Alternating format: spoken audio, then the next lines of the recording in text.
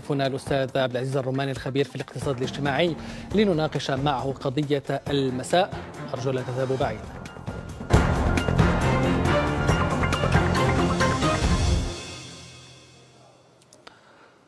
تواصل الأحزاب السياسية تنظيم حملاتها الانتخابية في العديد من المناطق والمدن، لكن الملاحظ أن جل البرامج تطغى عليها الجوانب الاجتماعية والاقتصادية. لمعالجة هذا الموضوع ينضم إلينا الآن في الاستوديو الدكتور عبد العزيز الرماني الخبير في الاقتصاد الاجتماعي. مساء الخير أستاذي. أهلا وسهلا. لاحظنا شعارات متنوعة لدى الأحزاب، لكنها تصب في المجمل في الدعوة إلى التصويت، وعود بالإصلاح، محاربة الفساد، التغيير. أليس في جعبة الأحزاب غير هذا الكلام؟ الحقيقة أن الحملات الانتخابية هي جزء من النتائج، يعني حملة انتخابية منظمة، حملة انتخابية متقنة، خطاب مقنع يؤدي إلى نتائج أحسن. للأسف هذا ما كاينش في جعبة الأحزاب وما كتاخذوش بعين الاعتبار، ولا زالت الأحزاب تتعامل مع الحملات الانتخابية بنفس الأسلوب اللي تعاملت به هذه 20 30 حتى أكثر ديال السنوات.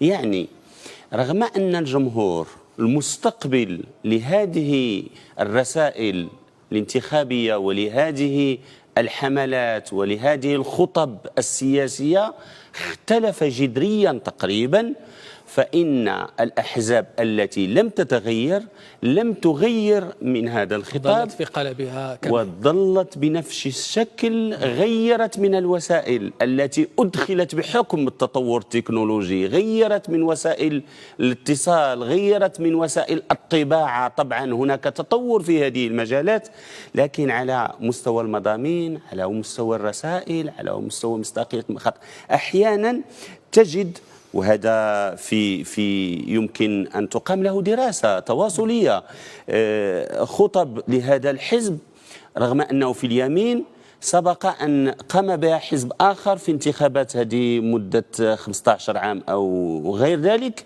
وهو في اليسار، أو هو حزب شيوعي أو هو حزب اشتراكي.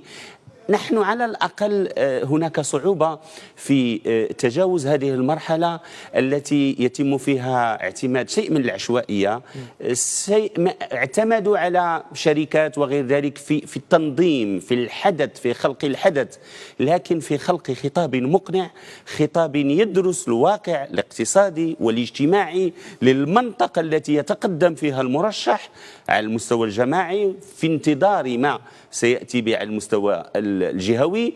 طبعا هناك ضعف وهشاشة كبيرة. لكن ألا تلاحظ معي أن تكريس المشاكل الاجتماعية والاقتصادية في الحملات الانتخابية ألا تعزف عليها يعني تقريبا جل الأحزاب منذ القديم، فلماذا لا تجرؤ على تغيير الشعارات؟ هذا هو المشكل، هذا هو المشكل اللي كنتكلم فيه الآن. المشكل أننا الآن أمام شعارات كلها تدعو إلى محاربة الفساد، في حين نعلم أن النخبة السياسية هي التي كرست لهذا الواقع من الفساد. ليس المواطن هو من نشد الفساد، ولا هو من كرسه، ولا هو من رسخه، ولا هو من وضعه. ومع ذلك تأتي النخبة السياسية نفسها التي طبعا أغلب الأحزاب عمرها طويل وليس عمرها قصير، لأن أغلب الأحزاب عندنا من الناحية التاريخية هي أحزاب شاخت، هذا نكون فيه واقعيين باستثناء بعض الأحزاب. هناك أحزاب تغير، تحاول أن تغير في المضامين، هناك أحزاب تحاول أن تغير في الآليات، هناك أحزاب تحاول أن تغير في الطرق الانتخابية وطرق الولوج إلى المواطن، لكن هذه الأحزاب تبقى معدودة على رأس الأصابع من طبيعة الحال. وتبقى الهيمنة الطاغية في هذه الانتخاب هو خطاب متلاشي، هو خطاب يشبه إلى حد ما جولة سياحية أو نزهة، ليست حملة انتخابية منظمة. المرشح في منطقة لا يعرفها، لا يعرف واقعها الاقتصادي، لا يعرف واقعها السياسي، ومع ذلك يتقدم بشعارات مستندة أو ممتدة أو يعني مقتبسة من حزب آخر أو من أرضية أخرى أو من كلام عشوائي، يعني غير مقنع إطلاقا. لأن سهل أن تقول صوت فتصويتك كذا، المسؤولية التصويت هو مسؤوليتك، سهل أن تقول مثلا لنحارب الفساد، سهل لنغير كذا، سهل أن تقول كفى من كذا. هذه كلمات وليست سؤال واقع. اعتراضي هنا ربما لا علاقة له بالموضوع. ما السبب الذي جعل الأحزاب تصل إلى ما هو عليه الآن؟ لماذا وصلت الأحزاب إلى هذا المستوى؟ لأن الأحزاب تدعو إلى التغيير ولا تغير نفسها. هذا هو الأساس في الأصل. المشكلة فيها طبعا حزب تتقدم أحيانا. لاحظ أن هناك فرق بين الحملات التي يتقدم بها المرشح إلى البرلمان وبين الحملات الحالية. الحملات الحالية مثلا الحملات الحالية الانتخابية الجماعية والجهوية لم تأخذ أبدا بعين الاعتبار الدستور الجديد، لم تأخذ أبدا بعين الاعتبار الواقع الاقتصادي الجديد في المغرب والاجتماعي الجديد في المغرب، لم تأخذ أبدا في عين الاعتبار التغييرات اللي مقبلة عليها مناطق. أنت تدخل يا مرشح إلى انتخابات جماعية في ظل شراكة ستعتمدها ضمن جهة معينة بأسلوب جديد في ظل 12 جهة، في ظل اختصاصات للجهة جديدة. شيء كثير جدا لا وجود له في هذه الحملات، لا وجود لميثودولوجيا لمنهجية منظمة، لا وجود لبرامج، لا وجود لدراسات. الشخص ينزل إلى انتخابات يومين أو 3 أيام قبل الحملة الانتخابية وهو لا يعرف هذه المنطقة، لا يعرف الفقر المتفشي فيها، لا يعرف البطالة المنتشرة. نحن نسير الآن بسرعتين. طبعا نسير بسرعتين غريبة، طبعا بشكل غريب جدا، لأنه قبل الانتخابات بمدة وجيزة فقط كان هناك خطاب ملكي واضح وصل فيه جلالة الملك إلى أبجديات الانتخابات. المرشح البرلماني هذه هي مهمه، البرلماني هو برلماني الأمة هذه هي مهمه، المنتخب الجماعي هذه هي مهامه وهذه هي مسؤولياته، الوزير في الحكومة هذه هي مهامه وهذه من طبيعة الحال أبجديات العمل السياسي. لكننا الآن حينما نرى هذه الحملة يمكننا أن نتفهم هذا الخطاب وأن نفهمه أيضا وأن نستوعبه أيضا، لأن هذه الحملة لم تستوعب الواقع الاقتصادي والاجتماعي. وإذا أتخوف أكثر مما أتخوف ولا أتمناه من طبيعة الحال أن تؤثر هذه الحملات بهذا الشكل على مستوى من طبيعة الحال التعبئة وعلى مستوى التصويت وعلى حجم المشاركة ديال المواطنين في الانتخابات. تقولون أن الأحزاب تتوخى الإقناع عبر استهداف الحاجات يعني الماسة للمواطنين سواء كانت اجتماعية سواء كانت اقتصادية، لكن بالمقابل يعني نعود لنفس المشكلة، لا نجد برامج يعني موضعية منهجية لعلاج هذه المشاكل.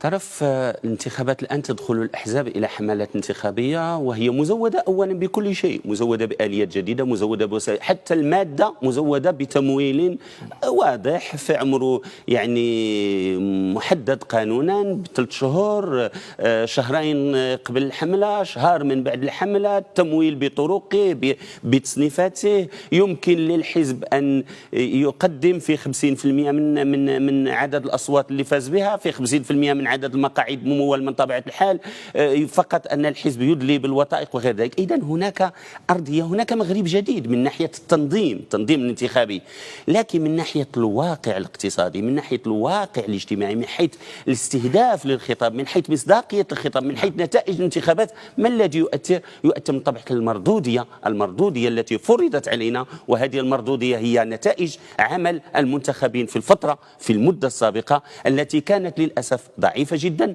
لاحظنا حيوية وديناميكية على مستوى المغرب كامل في البنيات التحتية، لكن حضور المنتخبين، حضورهم والشريحة المقدمة يعني النخبة المقدمة للانتخابات أيضا لم تتغير في بطبيعة الحال 70 أو 60% من الوجوه يمكن أن نقول تغيرت، لكن بنفس الشكل وبنفس المستويات ما فيش حضور كاريزمي للمرشحين الجدد. ليس هناك حضور كاريزمي للمرشحين. تحدثت عن مسألة التمويل، أتوقف عند النقطة ولكن بشكل يعني سريع. الملاحظ أن هناك أحزاب تعيش التخمة فيما يتعلق بالمادة وأحزاب أخرى يعني ضعيفة جدا. كيف نفهم هذا الأمر؟ كنا نتمنى أن تكون الحملة الانتخابية فيها حركية في الجانب الاقتصادي والاجتماعي، لأنها يمكن أن تحرك دينامو للاقتصاد، لأن هناك بطبيعة الحال في سيارات تكترى من وسائل في في سلع، في منتوجات، يعني يتم واحد الترويج اقتصادي هام جدا من الناحية الاقتصادية. لكن الواقع يقول أن الأحزاب تستفيد من هذا الواقع ولا تغيره، لأن هناك مرشحين هم بروسهم كيساعدوا على تمويل الحملات الانتخابية من جيوبهم. نحن نقول أنه من الناحية الاقتصادية والاجتماعية كان يجب يجب على المرشح أن تكون له دراية بالواقع، وأن يساعد هو نفسه بمحاربة الذمم في خلق توقيع اقتصادي جديد واجتماعي. تفضل سعد. أشكرك جزيل الشكر. لم يتبقى لدي مزيد من الوقت. أستاذي عبد العزيز الرماني الخبير في الاقتصاد الاجتماعي كنت ضيفنا اليوم، شكرا لك. وشكر موصول أيضا لمشاهدينا على طيب المتابعة. نلتقي مجددا عند نشرة منتصف الليل.